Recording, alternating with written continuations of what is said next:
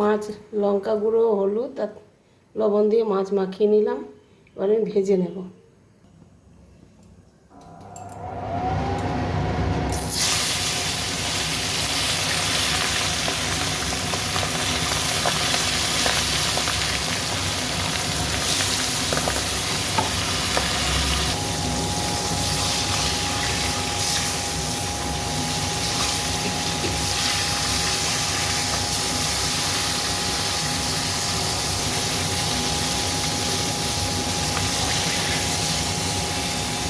মাছগুলো আমি মশলা করে ভেজে নেব।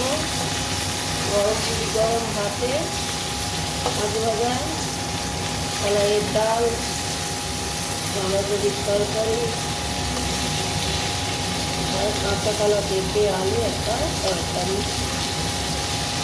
আজকে রেসিপি।